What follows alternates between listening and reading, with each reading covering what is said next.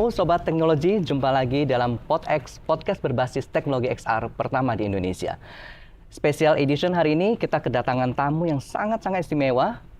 Beliau seorang presenter, ya, TV host, MC juga. Dan yang sangat luar biasa, saya jarang menemui seorang co-founder, ya, chairwoman dari perusahaan game, ya, dan juga chairwoman dari Garuda Esport, Wisnu Esport Academy. Ya. Oke, mari kita sapa Sere Kalina. Halo. Iya. Apa kabar? Baik, puji Tuhan baik. Waduh, terima kasih sudah bersedia hadir di PodX kami. Ya. Dalam special edition, kita hari ini ingin mendengar begitu banyak perjalanan, ya, the journey of seorang Sere. Kita ingin tahu seperti apa, dan mudah-mudahan nanti akan banyak inspirasi buat audiens PodX. Oke, saya ingin memulai dengan perjalanan karir, ya, dari seorang Sere, ya. Jadi yang saya baca, yang saya tahu gitu, ya. Kita ingin dengar langsung gitu, ya. Jadi kita tahu Sere ini banyak memulai karir di bidang modeling, ya, kalau tidak salah. Kemudian habis itu masuk juga ke dunia presenter, ya, entertainment, ya. Oke. Gimana ceritanya sih? Tiba-tiba terdampar atau memang dari kecil sudah diniatkan gitu ya? Dari kecil, mungkin bisa dibilang dari kecil sudah diniatkan. Jadi aku tuh dari kecil, dari TK gitu ya, udah ikut sanggar tari, udah modeling anak kecil dari lah ya, TK, gitu, ya? gitu. Jadi memang sudah centil lah dari kecil. Kebetulan tahun 2008 itu aku kelas 3 SMP mau naik 1 SMA gitu ya. Aku ikut pemilihan Gadis Sampul. Pada saat itu kan model remaja ya, gitu. Itu pemilihan model remaja, ya puji Tuhan masuk gitu ya, menjadi salah satu finalisnya. Di sekolah mana dan kota mana kalau boleh tahu? Aku waktu itu SMA 3 Setiabudi. SMA 3 Jakarta, Setiabudi. Di situ.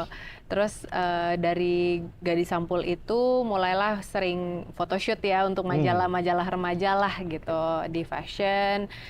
Mulai berkarir sebagai model gitu ya, tapi masih di sela-sela kegiatan sekolah pastinya karena masih SMA kan, gitu. Pokoknya waktu itu sama mama gitu ya, dibilangnya boleh modeling asalkan misalnya fashion show-nya Sabtu Minggu gitu. Karena Senin sampai Jumat. Jadi orang tua mendukung ya? Orang tua mendukung. Wah, gitu. Orang tua mendukung, tapi memang tetap tanggung jawab sebagai siswa itu harus utama dulu gitu. Yang penting nilainya nggak boleh jelek gitu. Terus prestasi di sekolah juga tetap harus bagus supaya boleh fashion show gitu. Jadi ini yang menarik nih audiens. Jadi boleh ya, tapi tetap tugas utama tidak boleh dilupakan. Betul, ya. Betul. Jadi tanggung jawab sebagai seorang anak, sebagai seorang pelajar ya harus dituntaskan. Betul. Jadi dari situ modeling terus sampai 2012 aku ikut lagi pemilihan Wajah Femina gitu. Kalau misalnya Wajah Femina mungkin kan lebih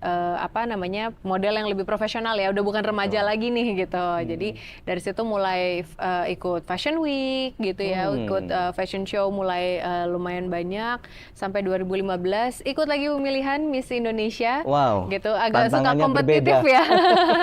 Orangnya suka cukup kompetitif ya. Challenge-nya juga makin berat karena penasaran gitu. Misalnya kayak nih kalau misalnya pemilihan yang model remaja udah dialamin, yang udah profesional dialamin, ini yang tingkat nasional nih. Kalau Miss Indonesia kan tingkat nasional ya, gitu, mewakili provinsi Sumatera Utara karena aku orang Batak gitu ya. Jadi dari situlah baru dimulai aku menjadi seorang presenter. Jadi di 2015 lah mulai jadi presenter. Mulai menjadi presenter. Gitu, di RCTI dan juga media-media MNC Group lainnya. Gitu. Boleh tahu tantangan terbesar pada saat itu ya, sampai akhirnya masuk ke dunia pro ya. Apa sih yang menurut seorang Sere ini tantangan saat itu berat banget gitu? Kalau orang tua enggak ya, tadi dukung ya? Kan ya, dukung. Tantangan terbesarnya tuh mungkin aku tuh dari SMA memang sudah bercita-cita untuk antara menjadi penyiar radio atau enggak jadi presenter TV. Jadi itu memang sudah cita-cita gitu ya. Jadi dengan mengikuti Gadis Sampul, mengikuti Wajah Femina, itu memang kayak berpikirnya mungkin dari sini akan terbuka jalan menjadi presenter tersebut gitu. Ada kesempatan-kesempatan mungkin casting gitu ya, audisi untuk menjadi presenter. Ada benang merahnya. Ada benang merahnya karena ini kan industri entertainment ya, seharusnya semuanya berkaitan Dan gitu. ternyata benar ya. Ternyata berkaitan tapi belum datang kesempatannya pada saat itu gitu, dan itu memang sempat gemes juga ya. Tidak gitu. langsung ya?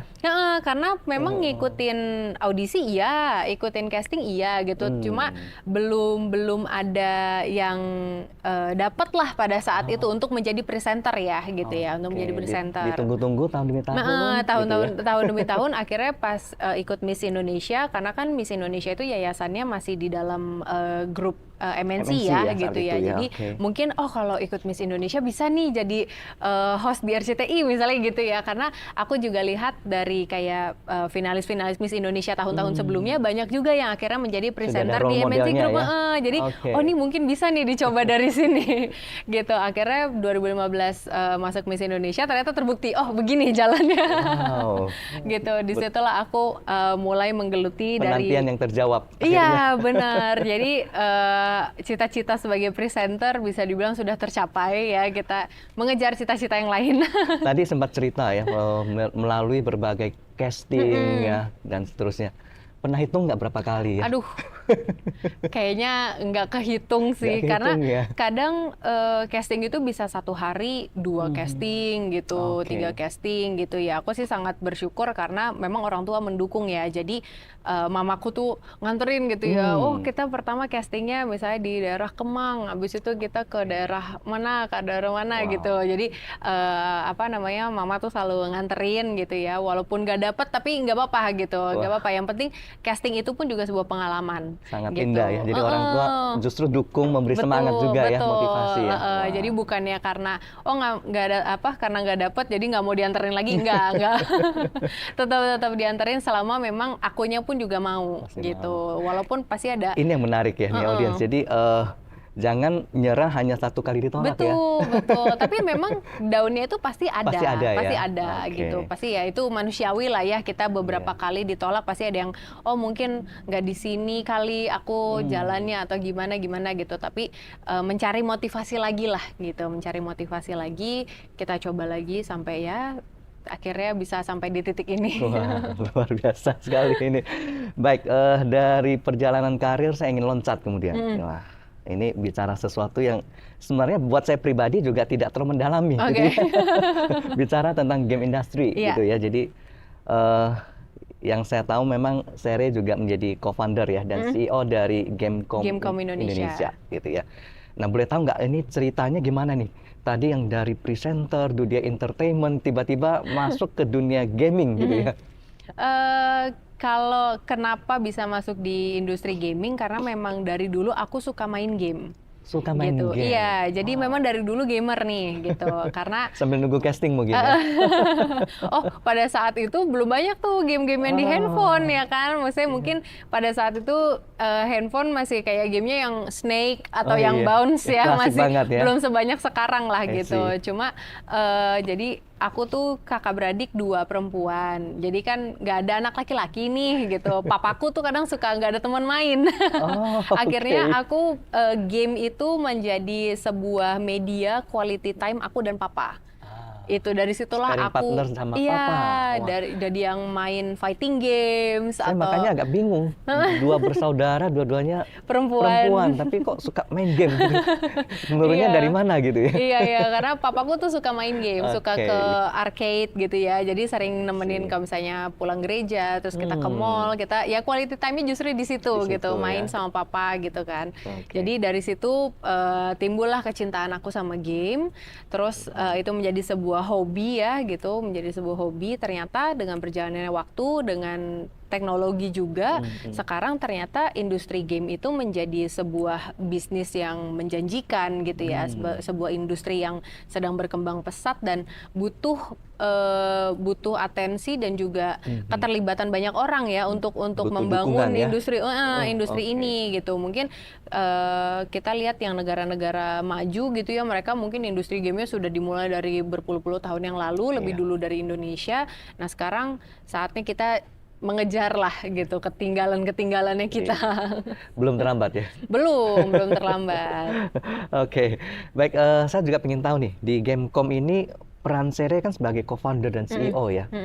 Ini tugas yang mungkin cukup berat ya. Apa aja sih yang dikerjakan di Gamecom ini? Jadi Gamecom Indonesia itu adalah sebuah program, kita perusahaan program creator ya, dan juga Program inkubator. creator, oke. Iya, program creator dan inkubator khusus untuk industri game. Industri game. Gitu, game dan e-sports gitu. Jadi harapannya adalah kita bisa menciptakan sinergi ya antara developer, pemain, terus ekosistemnya ya, semua stakeholder di ekosistem ini supaya industri ini sustainable gitu. Jadi gimana supaya semuanya tuh saling bergandengan tangan gitu ya. Kita menaikkan industri ini bersama-sama gitu. Dan satu lagi nih, masih terkait dengan Gamecom tadi ini. Ada proyek-proyek terbaru apa yang sedang dikerjakan nih? Tapi kalau itu non-disclosure, nggak apa-apa, tidak perlu dijawab. Nggak apa-apa. Tahun ini Gamecom kita bekerja sama dengan Kemendikbudristek ya. Kemendikbud ya? Ya, Kemendikbudristek.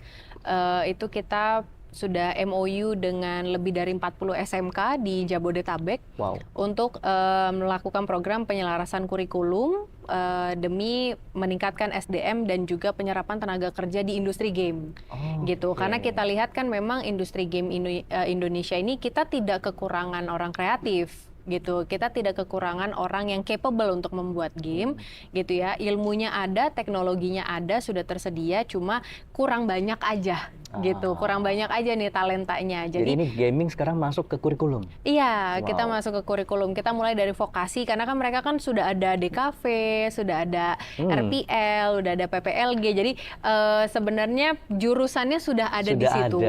Cuma kita sedikit modifikasi supaya yang mereka pelajari itu adalah teknologi-teknologi yang memang dibutuhkan untuk industri game. Iya, ya. Betul. Jadi misalnya kayak DKV mungkin mereka bikin mungkin yang tadinya belajarnya untuk percetakan, untuk bikin desain-desain poster, untuk, ini jadi desain karakter game misalnya gitu. Jadi kita sebenarnya kita geser sedikit, bukannya merubah secara total ya, cuma kebutuhan industrinya yang kita industrinya ditambah. Ya, gitu.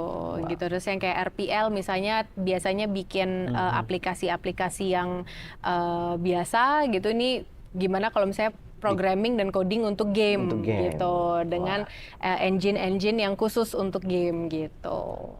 Lebih seperti itu sih harapannya, ya kita melahirkan talenta-talenta baru di industri game supaya mereka juga turut meramaikan dan menumbuhkan industri ini gitu.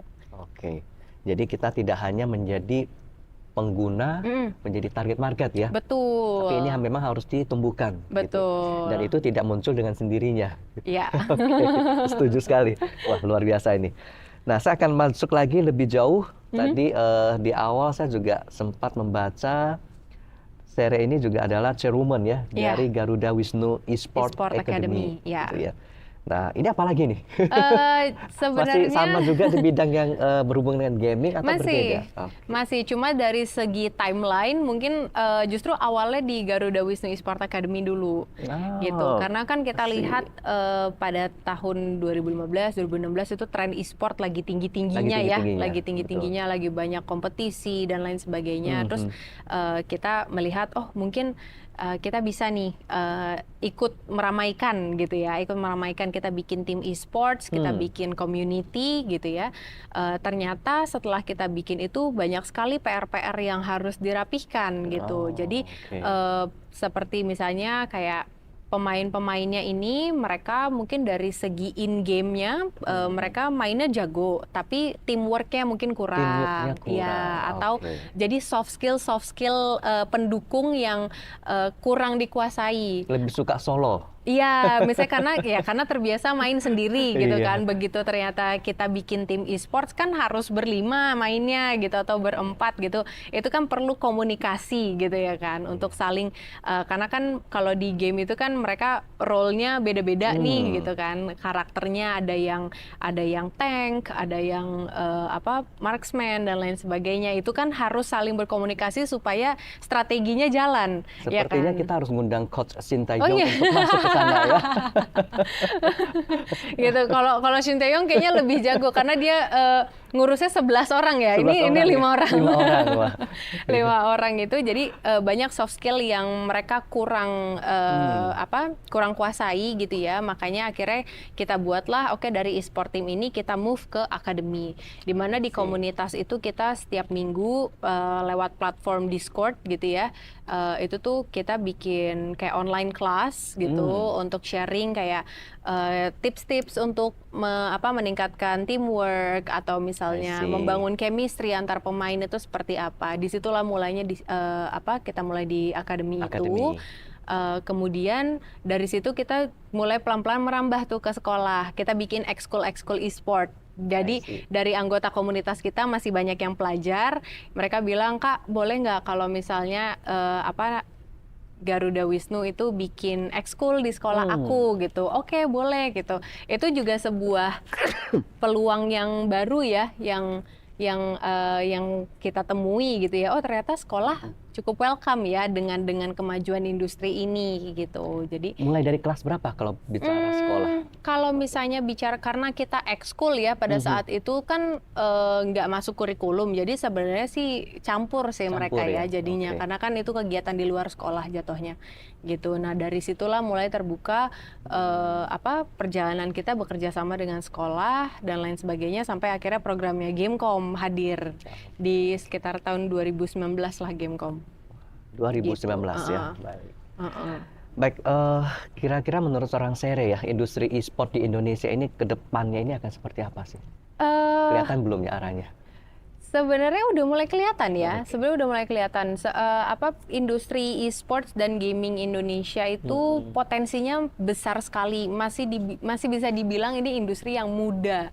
Masih sangat muda gitu. Jadi banyak yang ya memang banyak PR, banyak tugas yang harus dikerjakan supaya industri ini matang gitu ya dan tumbuh dengan sendirinya gitu ya. Ini masih ibaratnya kalau anak mungkin masih bayi ya gitu, masih harus digantiin popoknya, masih harus dikasih susu, masih yang banyak sekali yang harus kita iniin sampai akhirnya nanti dia tumbuh dewasa dan dia bisa berjalan sendiri gitu ya ibaratnya gitu. Jadi kalau misalnya banyak teman-teman saya juga kan yang mau gitu ya interest dengan berbisnis di industri game tuh ini tuh masih ada nggak sih kesempatannya, masih ada nggak sih?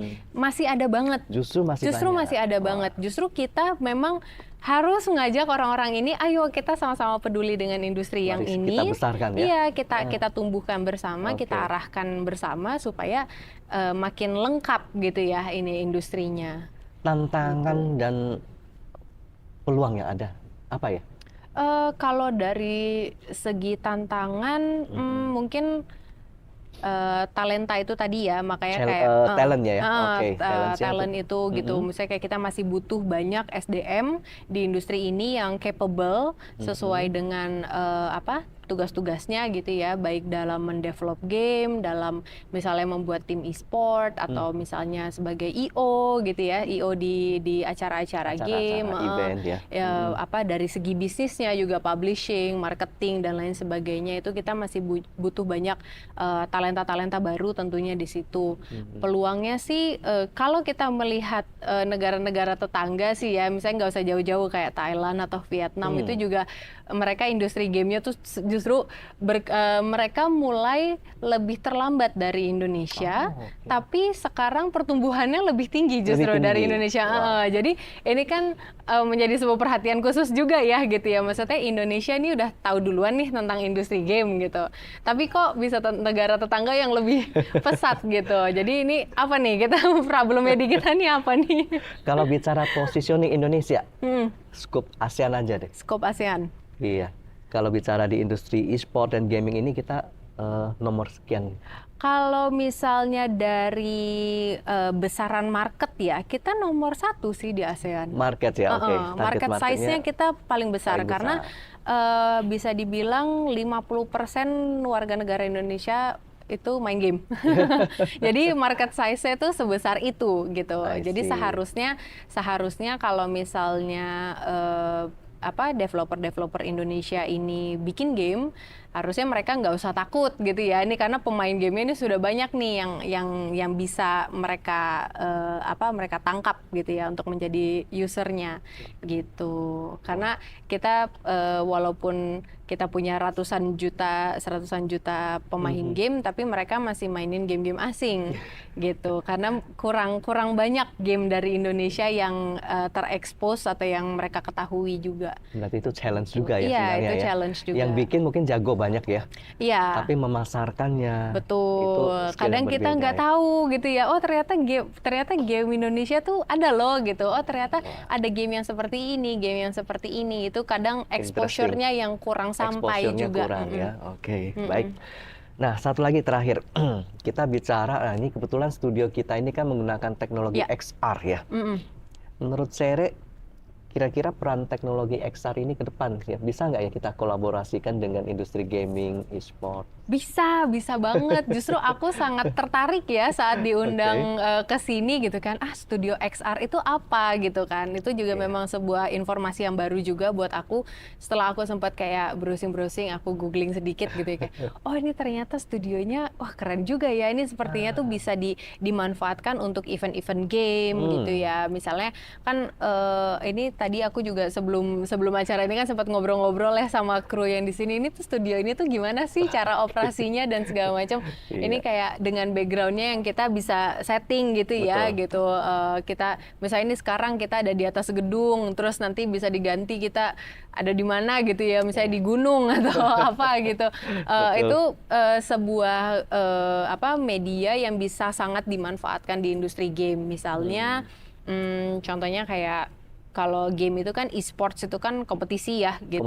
Itu pasti biasanya ada caster atau komentator gitu ya. Kalau kayak pertandingan bola kan ada 2 komentator kan gitu. Di e-sport itu misalnya komentatornya daripada cuma di studio, kalau studio green screen ya, biasanya kita studio green screen. Kalau misalnya mereka bisa di studio XR mungkin bisa lebih imersif gitu ya. Misalnya casternya tuh jadinya kayak seakan-akan ada di dalam area permainan itu. Feel-nya gitu. lebih dapat ya. Feel-nya jadi lebih dapat gitu. Jadi misalnya mereka menjelaskan, oh tim ini sedang misalnya bertempur dengan ini terus monsternya ada di belakang sini. Ini kan menjadi sebuah untuk audiens pun juga mendapatkan experience ya, mendapatkan experience yang kayak wah ini seru banget misalnya. Keretanya ini ada keretanya misalnya kayak nanti monsternya ada dari samping terus casternya misalnya kayak takut-takut gitu ya. Atau maksudnya banyak sekali gimmick atau treatment yang bisa dieksplor sih gitu. Oke, wah luar biasa ini. Jadi ini potensi yang mesti kita coba kolaborasikan ya, bagaimana studio XR ini bisa mendukung industri gaming juga dan e-sport. Karena memberikan entertainment yang baru lah gitu. Baik. Nah, saya mau masuk ke segmen yang lain nih. Kita akan bincang tentang digital lifestyle ya. Oke. Jadi kalau mengamati perkembangan tren digital lifestyle yang saat ini ada di Indonesia, gitu ya, pengaruhnya terhadap generasi muda, gitu ya. Generasi saya mungkin berbeda gitu ya. Pandangan Sere gimana? Digital lifestyle untuk generasi zaman sekarang itu pengaruhnya besar sekali ya, gitu karena mungkin kalau aku termasuk generasi ya milenial akhir menuju Gen Z ya gitu. Jadi masa-masa transisi. Jadi relate ke yang millennials tapi relate juga ke yang Gen Z gitu. Peralihan ya. Masa-masa peralihan gitu. Jadi melihat perubahan itu ya karena kan aku masa kecil juga yang tadinya belum ada sosial media sampai akhirnya ada sosial media, tapi mungkin kayak Facebook awal-awal ya gitu kan, masih sedikit lah fiturnya sampai akhirnya sekarang mungkin udah ada. Zaman itu Friendster ya? Iya, Friendster gitu. Maksudnya masih limit ya, cuma komen-komen aja gitu kan. Kalau sekarang kan udah dengan TikTok, dengan Instagram itu dan sekian juta bahkan miliaran pengguna gitu ya, dan itu juga meningkatkan exposure kita terhadap informasi dan konten juga setiap hari gitu ya. Misalnya kayak kita dalam satu hari ini, nggak usah satu hari, 1 jam aja udah berapa reels yang bisa kita scroll gitu kan, udah berapa video yang bisa kita scroll dengan kalau diikuti nggak ada habisnya ya. Iya benar gitu. Misalnya kayak videonya cuma 30 detik gitu kan, di 1 jam dibagi 30 detik udah berapa video yang kita serap gitu. Belum lagi dengan komennya gitu ya, dengan komentar-komentar yang ada di konten tersebut. Jadi itu memang memiliki pengaruh yang luar biasa besar gitu untuk generasi-generasi zaman sekarang ya. Kita bisa lihat lah ya gitu. Mungkin adik-adik yang masih di sekolah itu tuh beda sekali lah sama zaman aku sekolah gitu ya. Misalnya kayak nggak usah terlalu jauh gitu. Misalnya kayak kalau misalnya dibandingin tahun berapa gitu sama aku aja gitu ya. Misalnya yang sama-sama aku masih ya hitungannya udah dewasa ya gitu. Itu cuma beda 10 tahun sama mereka aja tuh kerasa banget, gapnya tuh kerasa gitu. Itu dengan tren-tren yang ada dari sesimpel pakaian, gaya bicara, gaya pembawaan diri itu udah beda sekali, dan itu memang pengaruhnya ya dari sosial media itu. Oke. Gitu. Saya lanjut lagi nih, sedikit ngejar nih. Jadi kalau bicara kehidupan di dunia digital ya, ini kan dunia yang maya ya. Sebenarnya itu kadang nggak real gitu ya. Iya. Terus dikaitkan lagi dengan dunia gaming juga, e-sport ini juga sesuatu yang sometimes juga tidak real gitu ya. Ada tips nggak sih bagaimana agar menjaga keseimbangan? Tetap kita bisa membedakan yang tidak real tadi dengan kehidupan nyata kita nih.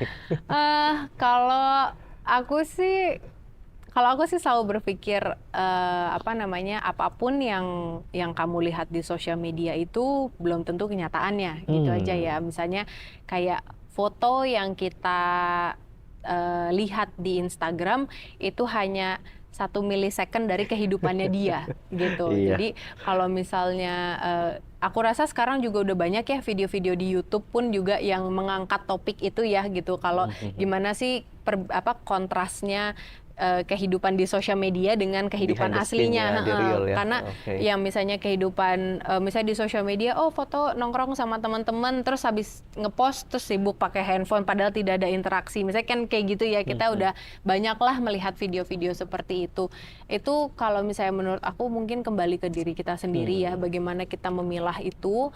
Mungkin kalau misalnya untuk adik-adik yang masih remaja ya pasti perlu bimbingan orang tua juga untuk memilah informasi yang mereka terima setiap hari gitu. Jadi jangan sampai karena mereka melihat mungkin idolanya punya barang-barang mewah atau apa, itu jadi seakan-akan keharusan gitu ya. Misalnya supaya aku dianggap anak keren di sekolah gitu, aku harus tasnya ini, aku harus handphonenya ini. Budaya flexing ya. Budaya flexing itu juga butuh, aku rasa memang butuh peran orang tua dan orang-orang dewasa di sekitar dia pun gitu ya, yang untuk memberitahu kalau ya itu itu bukan sebuah kebutuhan primer gitu ya. Itu bukan berarti kalau nggak punya iPhone terbaru jadi nggak gaul ya, nggak gitulah gitu. Maksudnya kayak kita harus memilah-milah mana sih sebenarnya yang memang penting dan mana yang kayaknya penting gitu. Kayaknya penting padahal enggak. Padahal enggak gitu ya. Ada yang memang sifatnya kebutuhan dasar. Iya. Atau kebutuhan, ada lagi yang namanya keinginan ya. Betul. Jangan sampai kita ngejar keinginan terus. Malah kebutuhannya lupa biasa gitu. Oke, amazing. Nah, saya mau loncat ini. Kita masuk lagi segmen yang lain nih. Tadi digital lifestyle sudah. Kita sekarang ingin ke bagian Sherry sebagai seorang TV host ya, presenter juga, MC juga gitu ya. Apa sih yang paling berkesan selama menggeluti dunia presenter tadi ya, TV, entertainment? Apa yang berkesan ya, banyak banget sih. Karena ya balik lagi itu memang sesuatu yang sudah aku cita-citakan dari kecil ya, dari remaja. Jadi begitu benar-benar bisa memiliki kesempatan untuk menjalani itu sesuatu yang sangat aku syukuri gitu. Oh ternyata aku berhasil juga nih sampai di titik ini, aku bisa jadi host, aku bisa membawakan acara dari mungkin acara yang kecil sampai sedang sampai akhirnya mungkin panggung terbesar aku mungkin di Indonesian Idol gitu ya. Indonesian Idol, oke. Itu sebuah perjalanan yang selalu aku syukuri sih setiap stepnya ya gitu. Jadi kalau misalnya pengalaman yang berkesan banyak banget, bahkan semua berkesan ya? Semua berkesan gitu, karena kayaknya aku presenter, aku cobain semua gitu ya. Maksudnya presenter bola pernah, terus infotainment gosip pernah gitu, terus pencarian bakatnya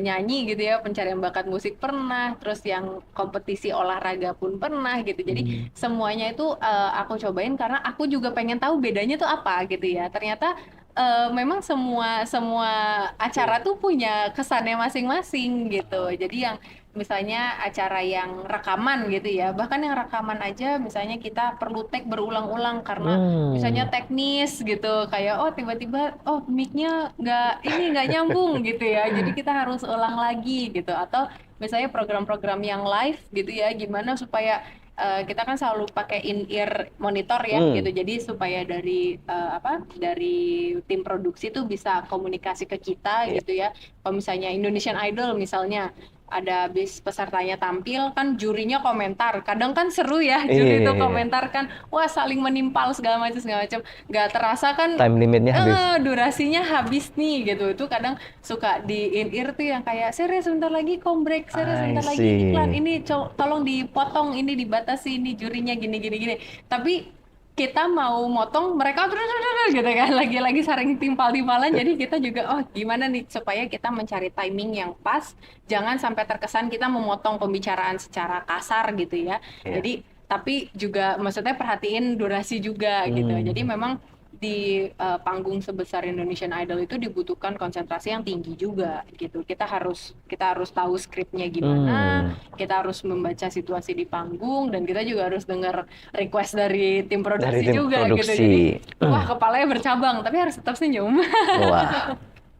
Ini sebenarnya pertanyaan saya berikutnya, tapi udah terjawab. Saya sebenarnya ingin menanyakan perbedaan menjadi presenter ya atau MC membawakan acara-acara hiburan seperti tadi ya, dengan acara olahraga. Bedanya apa sih? Kalau acara olahraga tuh bedanya lebih santai mungkin ya?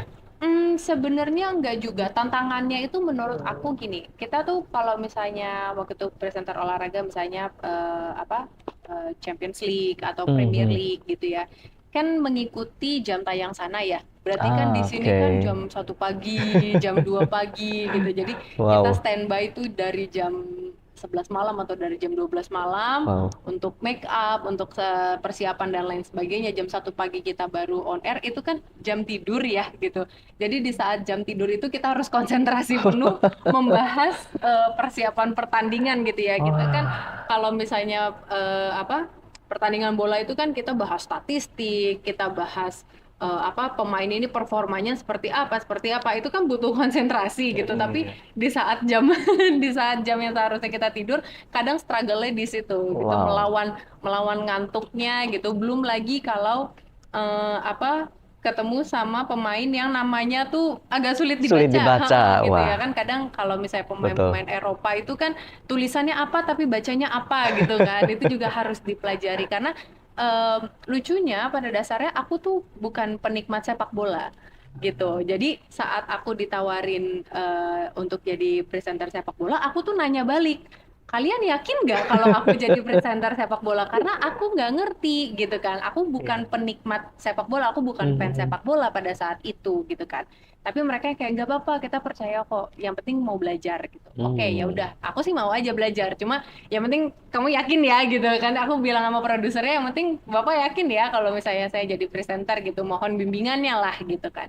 Jadi apa saja yang perlu saya persiapkan itu juga sama rekan-rekan komentator yang memang sudah senior. Aku tuh banyak sekali bertanya sama mereka gitu kan. Berarti PR-nya banyak ya? Iya, jadi Wah.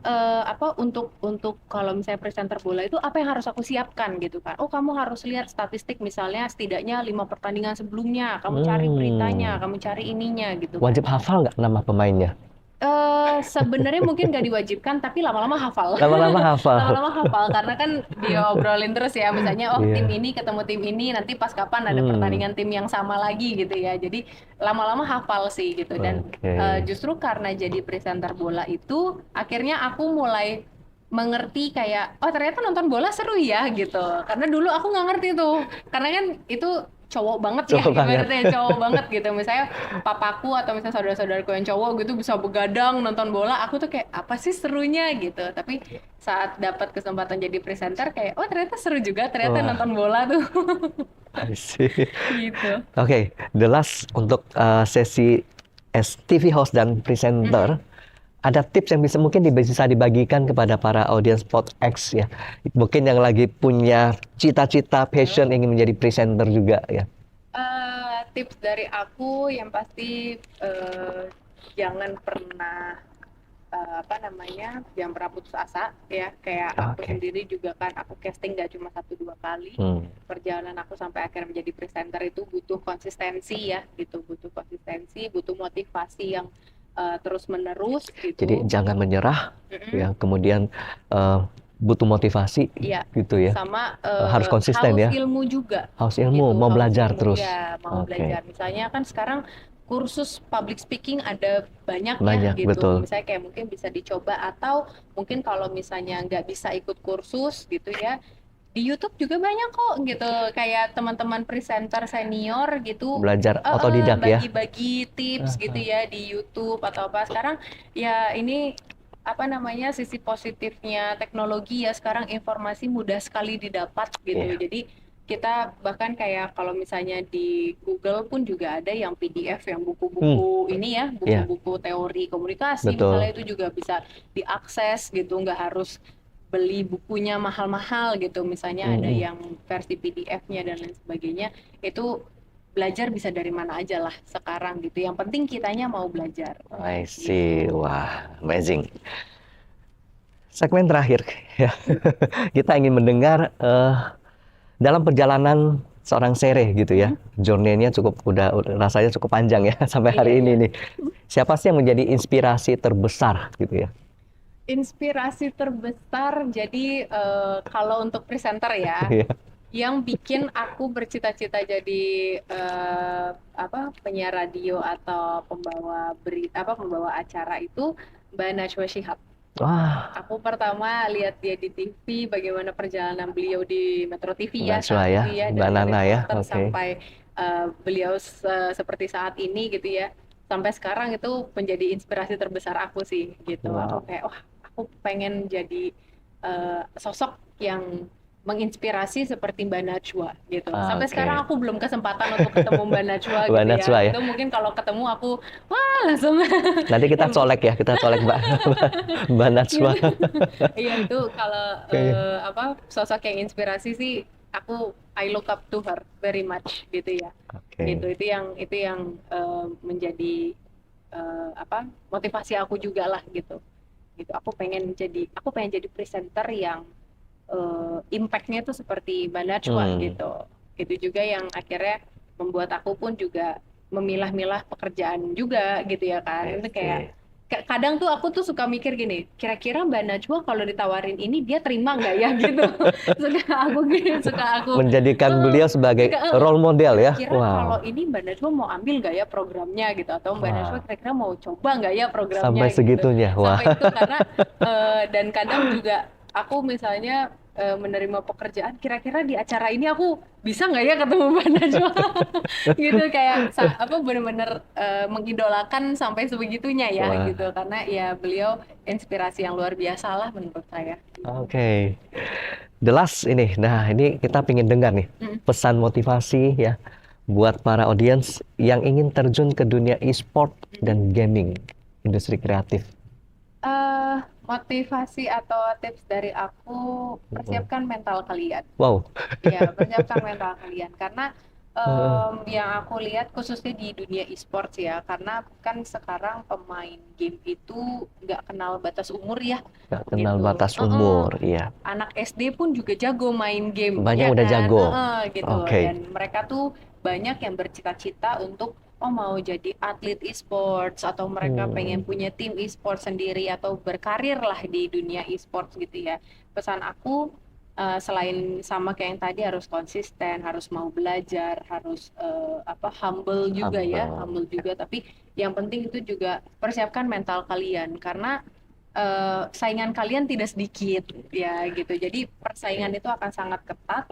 Ujung-ujungnya siapa yang paling kuat bertahan itulah yang menang gitu. Karena kalau misalnya kita lihat dari kita punya pemain e-sports atau game-game e-sports itu dari puluhan juta mungkin ya, yang menjadi pemain palingan cuma berapa gitu, yang menjadi yang di tim profesional gitu ya, di tim profesional yang mungkin mewakili Indonesia itu palingan satu tim cuma 5 orang, ada berapa tim di Indonesia gitu kan. Jadi dengan persaingan ketat seperti itu ya tentunya harus membutuhkan mental yang kuat juga, nggak bisa yang mungkin kayak baru kalah sedikit langsung putus asa atau gimana, ya nggak mungkin lah gitu. Kita lihat ya teman-teman atlet-atlet e-sports yang sekarang tuh juga ya mereka bisa di titik itu karena mental mereka juga kuat gitu ya gitu. Karena kita nggak bisa nggak bisa yang kita selalu menang terus gitu ya, pasti nggak mungkin ya gitu, pasti akan ada jatuh bangunnya gitu. Walaupun dia 5 pertandingan ini menang terus ya, yang keenam ya bagus kalau menang lagi, tapi bisa juga dia kalah karena kan 50-50 ya di pertandingan itu, antara menang atau kalah gitu aja, atau ya seri mungkin ya gitu, itu faktor lainnya gitu. Cuma balik lagi memang mental yang kuat itu sangat dibutuhkan sih di industri.